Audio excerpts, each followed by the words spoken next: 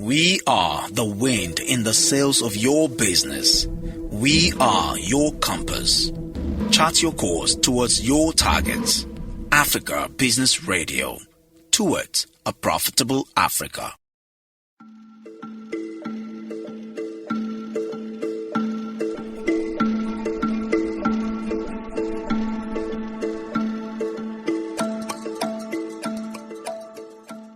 Hello there, it's time for another News Periscope podcast. This podcast rounds up and brings you stories from around the world over the last 7 days. My name is Titilayo Oyinson, and in the headlines.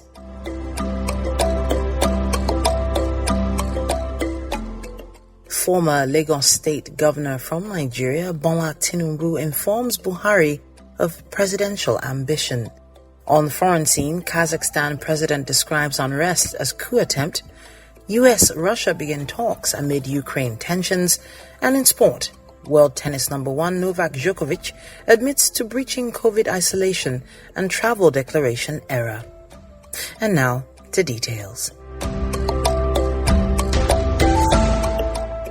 The national leader of the All Progressives Congress, APC, Bola Tinubu, on Monday announced that he has informed President Muhammadu Buhari of Nigeria of his ambition to contest for the position of President of Nigeria in 2023. He stated this while briefing state media after his closed-door meeting with the president. Tinubu said he is yet to inform Nigerians as he's still consulting. The former Lagos State Governor, who is seen as a political kingmaker, said nothing stops a kingmaker from aspiring for the exalted throne. The answer that is categorical yes. I've informed the president of my intention, but I've not informed the Nigerians yet. I'm still consulting, and I have no problem consulting, and I've not set a parameter of limitation to the extent of how many people will I consult. You will soon hear all you want to hear. It's a categorical declaration. You've gotten that truth from me that I've informed the Mr. President of my ambition. And I've never seen where it is written in the rule book anywhere in any country that a kingmaker cannot be a king unless you commit murder. Me, I want to pursue my ambition without the title of a kingmaker. Tinubu said it was a lifelong ambition and that he has the confidence, vision and the capacity to build on the vision of President Buhari. He is a Democrat. He didn't ask me to stop. He didn't ask me not to attempt and pursue my ambition. It's a lifelong ambition. I have the confidence, the vision, the capacity to build on the foundation of Mr. President and turn Nigeria better. In another development, former Kano State Governor Rabiu Kwankwaso has said he's still consulting with groups on whether to contest for the 2023 presidential election race, even as he has said that he was not planning to defect from PDP to APC. Kwankwaso, a former Minister of Defense and chieftain of the People's Democratic Party, said that he would make public his presidential ambition in the next couple of months. Speaking on growing calls for the two main political parties to zone their presidential tickets to the south in 2023, Senator Kwankwaso said that such calls were misplaced. I've never told anybody that I have decided to go to APC or any other party for that matter. I am in PDP, and I have seen so many speculations over a very long period, especially from my brothers and sisters in the APC, claiming that I am planning. In fact, so many people have even fixed dates for me to move from PDP to APC. I think it is just a fake news. Greece has donated about 1 million doses of the Johnson & Johnson COVID-19 vaccine to Nigeria as the federal government moves to ensure more citizens are vaccinated against the disease. A delegation from the European country, led by its Minister of Foreign Affairs, Nicholas Dendias, announced the donation of the vaccines in Abuja on Monday. Den Diaz made the announcement at a meeting with the Minister of Foreign Affairs, Jeffrey Onyema, and other Nigerian government officials. Onyema said the present administration was willing to expand its partnership with Greece, especially in areas of agriculture and infrastructure. As we seek to diversify our economy, to industrialize our country, we look to partners, new partners, to help us in this path. And your visit could not be more opportune because Greece is a country, of course, with thousands of years history and civilization. In fact, probably the basis of global world civilization. And but today also a very powerful, influential, and prosperous country. And as we seek to diversify our economy, to attract more investment, make our country more investor-friendly, we see Greece as a country that can provide a win-win trade relationship and cultural relationship between our two countries.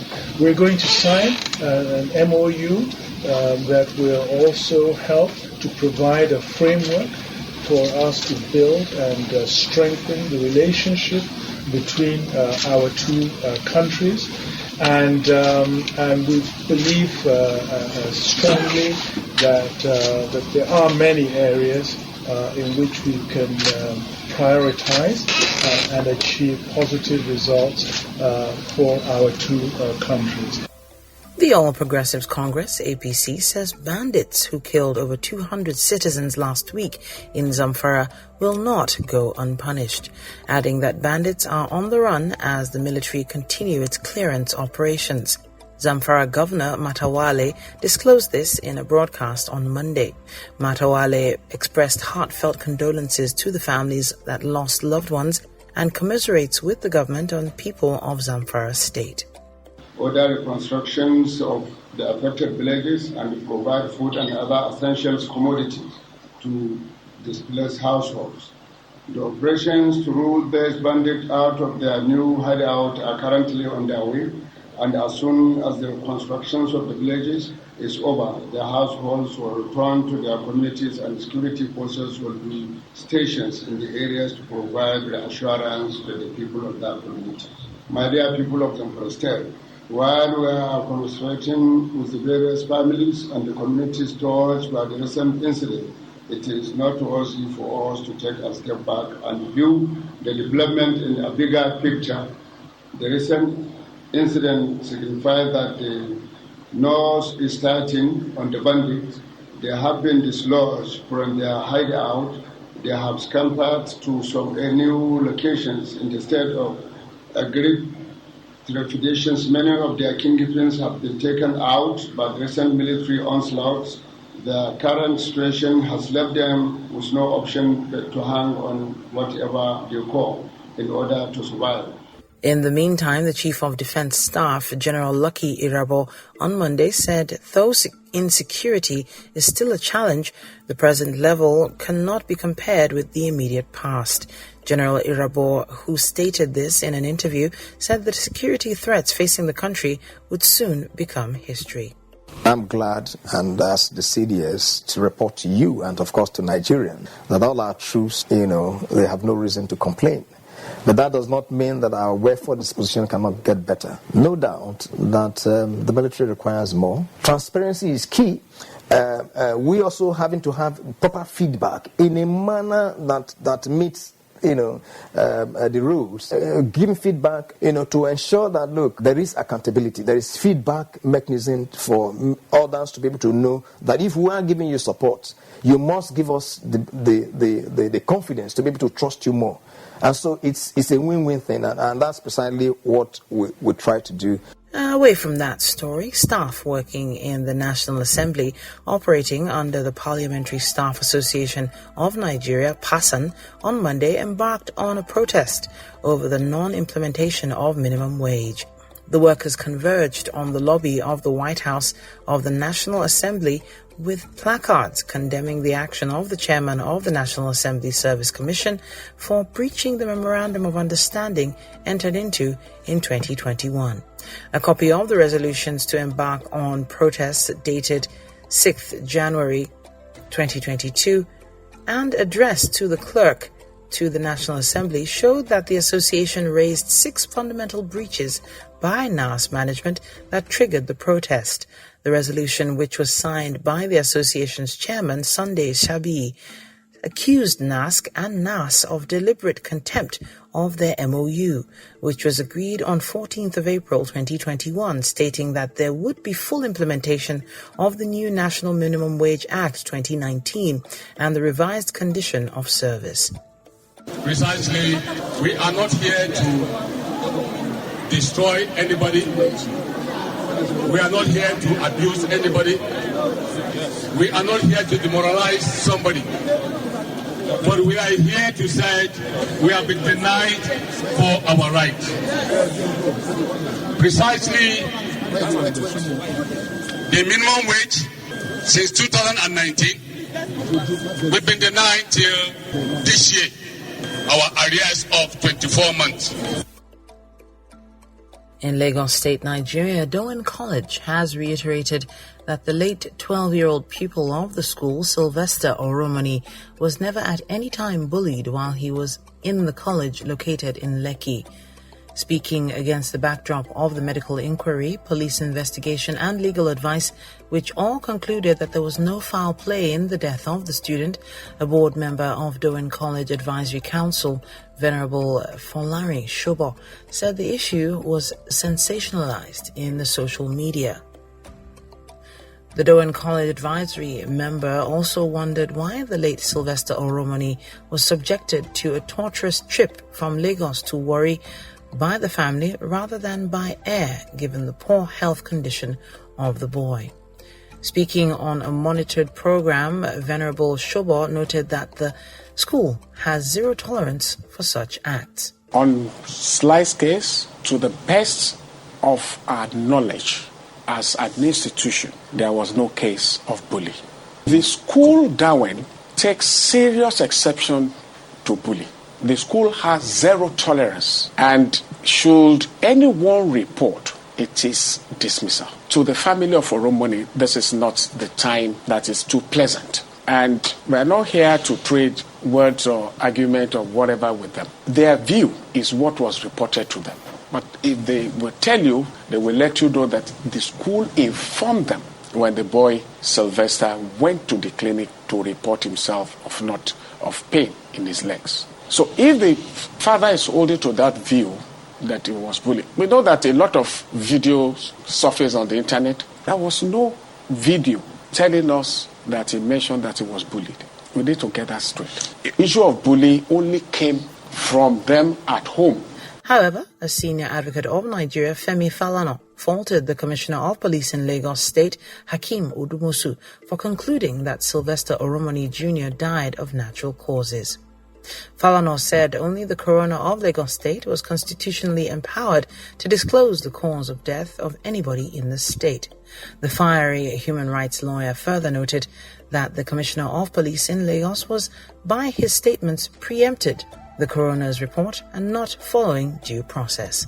As subversive of due process, there is a law in Lagos State known as the Lagos State Coroner Systems Law. The only person in Lagos authorized by law to speak authoritatively on the cause of death, having listened to evidence, is the coroner. This matter is pending before the coroner. The Commissioner of Police alluded to that. So how dare you, therefore, to preempt the findings of the coroner? Because in any civilized society, you must conduct an inquest. If somebody is said to have died suspiciously, unnaturally, or in a violent manner, and that is the provision of the law. Section 15 of the Lagos State Coroner Systems Law provides that once it is reported that anybody has died in Lagos unnaturally, suspiciously, in a violent manner, there shall be an inquest. So, without waiting for the inquest, you are coming out, oh, we found nothing. The boy died naturally. Oh, how dare you? Because it's inhumane. Diplomats from the United States and Russia met Monday in Geneva, beginning a series of high-level talks this week regarding Moscow's massive troop buildup along its Ukraine border and Russian demands for Western security guarantees. The U.S. State Department spokesperson said the meeting began just before 9 a.m. local time, while stressing that the U.S. side has been working in consultation with not only Ukraine but also with NATO and other allies across Europe. After the Geneva talks, Russia is due to hold negotiations with NATO in Brussels on Wednesday and at the Organization for Security and Cooperation in Europe on Thursday in Vienna. Kazakhstan's President Kassym-Jomart Tokayev has described deadly violence last week as an attempted coup d'etat. He told leaders of a military alliance of former Soviet states the action had been coordinated by a single center, but did not name those responsible. President Putin said Kazakhstan has been targeted by international terrorism, adding that Russia would never allow revolutions in the region. President Muhammadu Buhari on Tuesday endorsed the establishment of the Nigerian Diaspora Investment Trust Fund, a private sector investment window for Nigerians in diaspora to be able to support direct investments in the country. Buhari also pledged support for the establishment of the Diaspora Intervention Fund to support the Nigerians in the Diaspora Commission to fulfill its mandate. He noted that the foreign exchange remittances by Nigerians in the diaspora have not only helped families but enhanced the development index of Nigeria. This is, as he said, Nigeria is open to welcoming the diaspora direct investment by compatriots abroad. He said this at the presentation of a compendium entitled Plus 600 Diaspora Icons at 60, published by NIDCOM. My diaspora agenda remains the same, that A, Nigerians in the diaspora ambassadors at large by their character, comportment, and daily actions. B, they should be the best and excel in all in their endeavors. And C, they should give back by contributing to the development of Nigeria. Specifically, their foreign exchange remittances to family members have not only helped such families but enhanced the developmental index of Nigeria. We will support NIDCOM to fulfill its mandate holistically through considerations for A, the establishment of the Nigerian Diaspora Investment Fund, and B, the Diaspora Intervention Fund to support the activities of NIDCOM's engagement with Nigerians in the diaspora. President Muhammadu Buhari has mourned the demise of Ernest Shonekan, the former head of the Interim national government, saying Nigeria owes a great debt to him. Shonekan, who was the interim head of the Nigerian government between August 26, 1993 and November 17, 1993, died early Tuesday at 85 in a Lagos hospital. President Buhari, in a statement by his spokesman, Femi Adesina, said he received the news with profound sadness. He extended condolences to Shonekan's wife, Margaret, as well as the government and people of Ogun State. Buhari described Chief Shonekan as a peacemaker who, even at the twilight of his life, never stopped believing and working for a prosperous and democratic country. Ebonyi State Governor David Umahi on Tuesday declared his 2023 presidential ambitions at the State House in Abuja.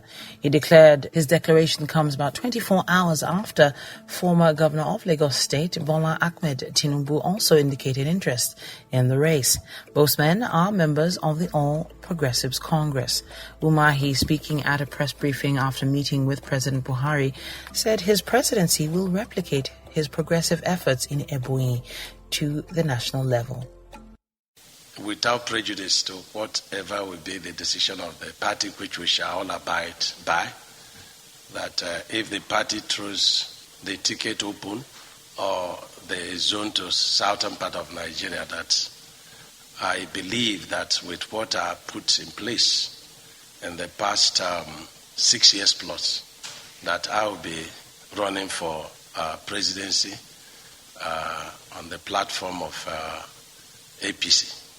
So I told him, and of course, he believes that whoever that wants to run for president of this country must have to consult widely and go to all the leaders, and that we must do everything to remove ethnicity and our religion in our polity so that this country can grow. Umahi also chastised the Ohaneze Ndigbo group kicking against Bola Tinubu's presidential declaration. Ohaneze leadership should not play politics. Yes, they can speak for the interest of Southeast.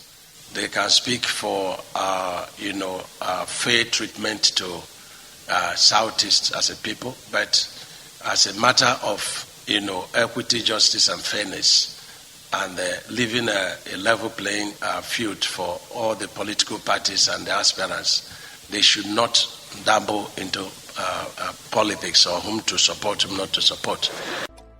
Deputy spokesman of the APC, Yakini Nabena, believes declaration by Tinubu and Umahi will not distract the government of President Buhari. No, this cannot distract the attention of Mr. President. Mr. President is not coming back. So his attention will not be distracted. His own is to make sure that he fixes all he's supposed to fix for the remaining 16 or 17 months. So it cannot distract his attention. So governors that want to contest for president or other positions, they should be thinking of what is going to distract their state, not the presidency. So Bola Tinubu, if everybody believes that is going to their the south, so they all have a right to contest. The Plateau State Police Command has confirmed the release of Dorcas Vem, the wife of Silas Vem, the Deputy Chief of Staff for Plateau Government House, who was kidnapped by gunmen. Spokesman for the command, Uba Ogaba, who confirmed Dorcas' release in Jos that same day, also disclosed that Dr. Samuel Audu, a director in the Plateau State Ministry of Health, who was abducted by gunmen, was equally regained his freedom. 2 persons were abducted in separate operations by gunmen, while the wife of the Deputy Chief of Staff was kidnapped near the Little Rayfield residence in Jos on Sunday. The gunmen abducted the health director in front of his Barki Ladi residence on Monday night. The police spokesman who confirmed the release of the 2 persons said their freedom was made possible through the combined efforts of security agents. New drone strikes have killed at least 17 people in Ethiopia's war-torn region of Tigray, aid workers have said. The incidents followed 2 similar attacks on 2 camps last week, which killed around 60 refugees and internally displaced people. The day before, a flour mill was hit, and most of those killed in the airstrike in the town of Maitezebri were women. The United Nations Children's Fund has said that the attacks on displacement camps could amount to war crimes. On Wednesday, we began from Borno State in Nigeria, where no fewer than 2 civilians had been confirmed killed when the Islamic State West Africa province ISWAP attacked Tukur Yusuf Buratai Institute for War and Peace, TBI, a research institute of the Nigerian Army University located in Buratai village, BU local government area. Buratai is the country home of the immediate past Chief of Army Staff and current Nigerian ambassador to the Republic of Benin, Tukur Buratai. It was learnt the insurgents stormed the community, shooting heavy artillery and burnt down 4 cars. The management of Army University BU in a statement confirmed that 2 civilians lost their lives, adding that normalcy had since returned. No fewer than 3 worshippers have been confirmed to have died and 11 others battling for survival after a 1-story church building belonging to Salvation Ministries collapsed during a worship session in Okpanam Oshinili North local government area of Delta State, Nigeria. Of the 3 persons who were recovered by the emergency officials, including the Nigerian police under the rubble, 2 were identified as female children and 1 was a woman. The 3 persons who were pronounced dead by medical experts at the public hospital where they were rushed for treatment were said to be among the 18 worshippers brought out under the rubble in the state. Aside from the 3 dead, 4 worshippers earlier admitted at a public hospital have been discharged by medical officials after they were certified okay to return home. According to Secretary to the Delta State Government, Patrick Uka, emergency officials were still at the building to ascertain that no one was still trapped under the rubble of the collapsed building.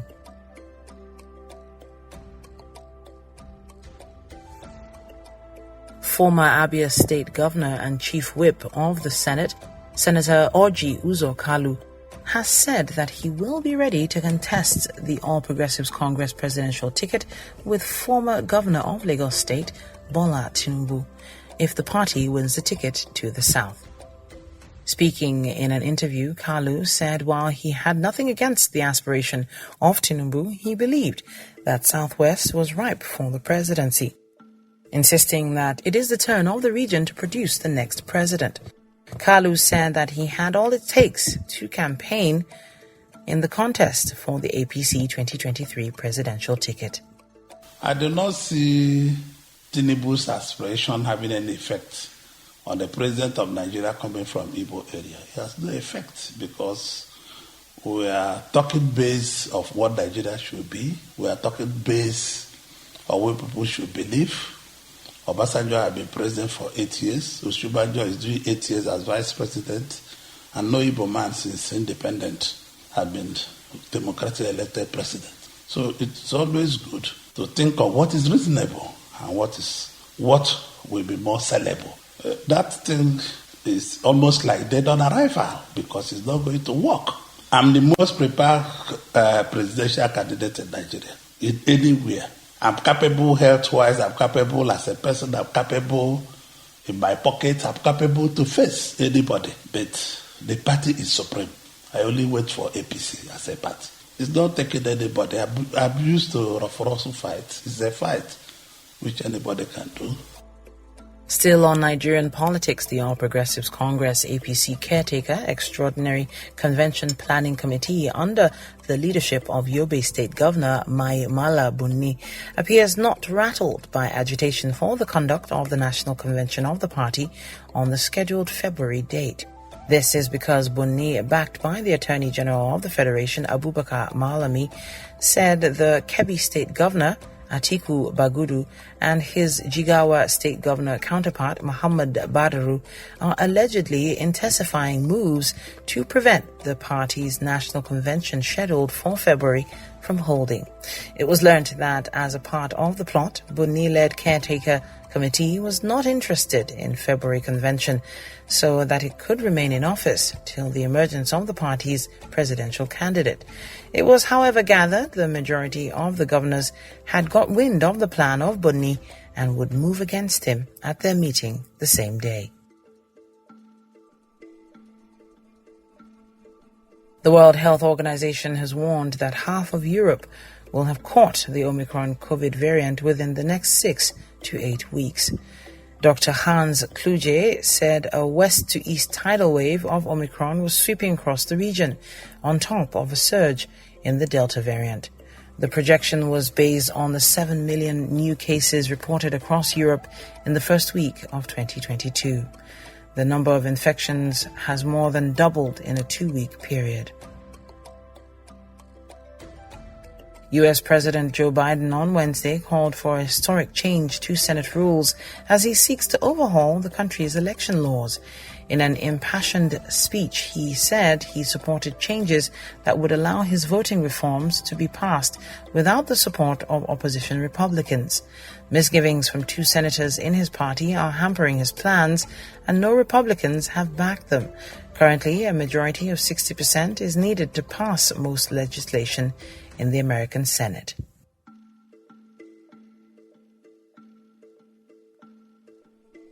Governors in the 6 southwest regions of Nigeria have joined President Muhammadu Buhari on his one-day visit to Ogun State for the commissioning of 5 projects by the state governments.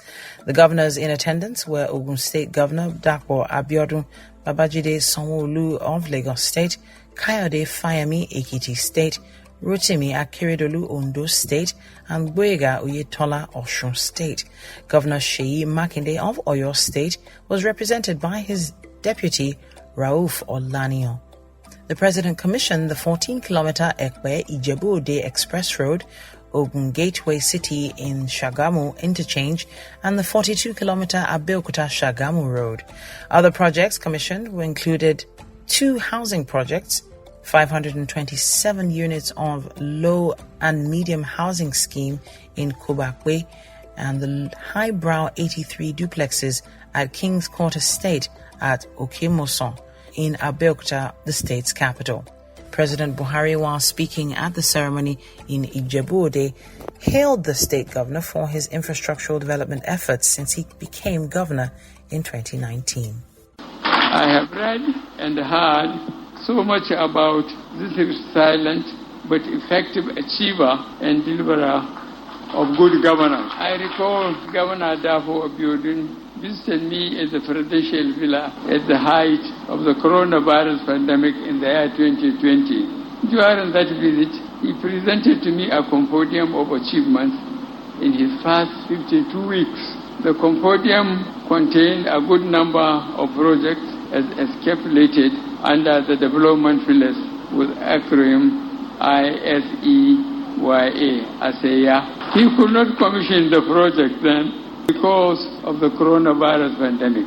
The compendium surprised me. I wondered how he could deliver all the projects under the then prevailing circumstances. I am therefore delighted to accept his invitation. The invitation was not just to come and see or inspect, but to commission fully completed projects that his administration has delivered for the wellness and well-being of the people of Ogun State. On his part, Governor Dapo Abiodun said the construction of the road was in fulfillment of campaign promises to the people. All the projects and programs of administration in Ogun State are deliberate and guided by our vision. Our vision is to give Ogun State a focused and qualitative governance whilst creating an enabling environment for a public-private sector partnership which we believe is fundamental to the economic growth of the state and individual prosperity of our people. The choice of the 5 projects we are commissioning today from our many landmark projects was very daunting. These are just a few of our achievements. We have so much more to showcase. These selected few that Excellency will commission are, however, symbolic of the various types of projects across all sectors of our dear state economy, and they are spread all through the 3 central districts. Mr. President, I have the honor to report that the administration in Ogun State has continued to fulfill all its promises to the people within available means. It is noteworthy that all our projects have the input and are informed by the needs of the people. Nigerians have been reacting in diverse ways to the lift of the ban on the social media app Twitter by President Muhammadu Buhari-led federal government. The federal government lifted the suspension of Twitter operations in Nigeria in the early hours of Wednesday after approval by President Muhammadu Buhari. According to a government statement, the conditions include expressing operations and tax issues and managing prohibited publications in line with Nigerian law. The suspension came 2 days after Twitter temporarily suspended President Buhari's account for violating Twitter's abusive behavioral policy after a tweet in which he threatened to punish regional sensationalists in the wake of attacks on public property. Some Nigerians hailed the lifting of the ban, advising that the platform should be properly used. In my church, we do some programs on Twitter. So now, since when they banned Twitter, I'm unable to access it, I'm unable to go online. Knowing that they have lifted the ban is good. Government ban came because some people use the platform to placate the government, to abuse the government, to work against the government. So when government saw that this was going on, they couldn't bear it than to say, okay, we have to work against it for now, so that people can learn their lessons. Informations are being passed on Twitter very, very fast. It goes viral faster than any other social media.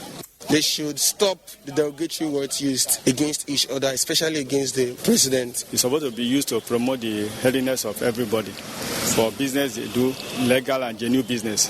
There should be a kind of balance. So the way we use Twitter and the way the government also respond to some of the criticism. Others, however, say lifting the ban is too late, as it had affected small-scale businesses. As far as I'm concerned, people that were doing their businesses on Twitter, a lot of people lost their businesses. Did the government apologize for whatever they have done? No. So it changes nothing. There is nothing to celebrate about it. Because for the fact that they can go to that extent of violating the fundamental human rights of Nigerians by trying to cage them from expressing their opinions and views about social matters shows that this government is not a popular government and they don't have interest of the masses at heart. Meanwhile, as excitement continues to spread among Nigerians and corporate entities over the lifting of the Twitter ban, the Socio-Economic Rights and Accountability Project SERAP has noted that the ban was a travesty in the first place. This was contained in a tweet issued on Thursday via its Twitter handle, while pledging to commence a lawsuit against President Muhammadu Buhari. The tweet further revealed that the lawsuit will ensure that Nigerians are adequately compensated as a result of losses accrued during the ban. According to a government statement, the conditions also include addressing operations and tax issues and managing prohibited publications in line with Nigerian law.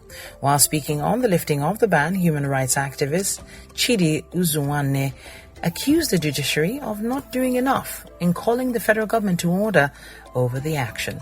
It's never too late to administer justice. It can be delayed, but it should never be denied. And definitely the act of suspending Twitter wasn't a democratic act at all. For me, it was a dictatorial act. It's not something becoming of a democratic society. And I feel like it should have been challenged. And going forward, people should stand up to these things and make sure that they don't repeat itself again. And I think it goes back to the older people of this country. They need to stand in solidarity with the young people and call these things out when they see them. Like I said earlier, people in the media, we all need to join hands together and make sure whenever we see these injustices that they are called out.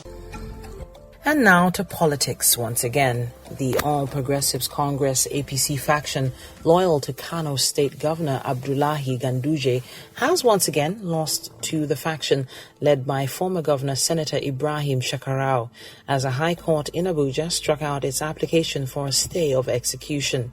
The Ganduje faction of the party had filed the application following an earlier court ruling nullifying the ward and local government congresses of the party conducted by the faction, which produced Alhaji Abdullahi Abbas as chairman. An FCT High Court had in November 2021 recognized the congresses conducted by the Shekarau faction, which saw the emergence of Amhadu Haruna Zago as the state party chairman. But not satisfied with the outcome of the judgment, the Ganduje-led faction filed a motion seeking the court to set aside its decision on the ward congress. But at the resumed sitting that day, the presiding judge of the court, Justice Hamza Muazu, dismissed the motion and fined the appellants the sum of 1 million naira for filing frivolous and time-wasting motions. The court further held that the local government congress conducted by the Senator Shekarau faction remains valid and that they have the right to elect the state exco. Justice Muazu said all the applications by the Ganduje faction were incompetent on the grounds that there was another appeal pending on the matter at the Court of Appeal by the defendants. The applicants in the suit were Muntaka Bala Suleiman with 17,980 members of the party, while the defendants were the APC as first defendant, Mai Mala Buni, caretaker chairman, Senator John Akwanu Dodehe, National Secretary, and Independent National Electoral Commission as the fourth defendant.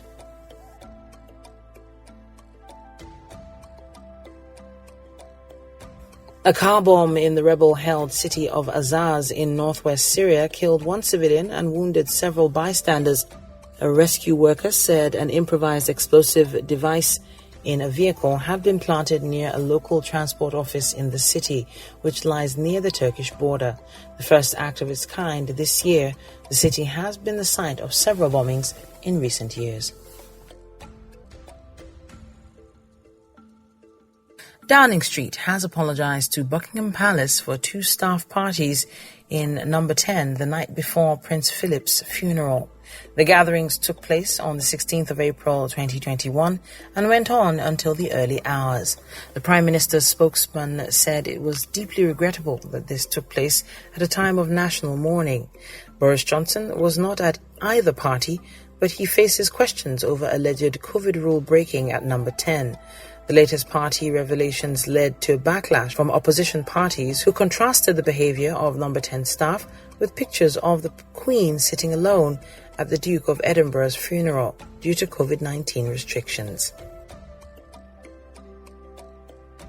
Novak Djokovic is set to be detained on Saturday after Australia cancelled his visa for the second time in a row over his right to remain in the country unvaccinated.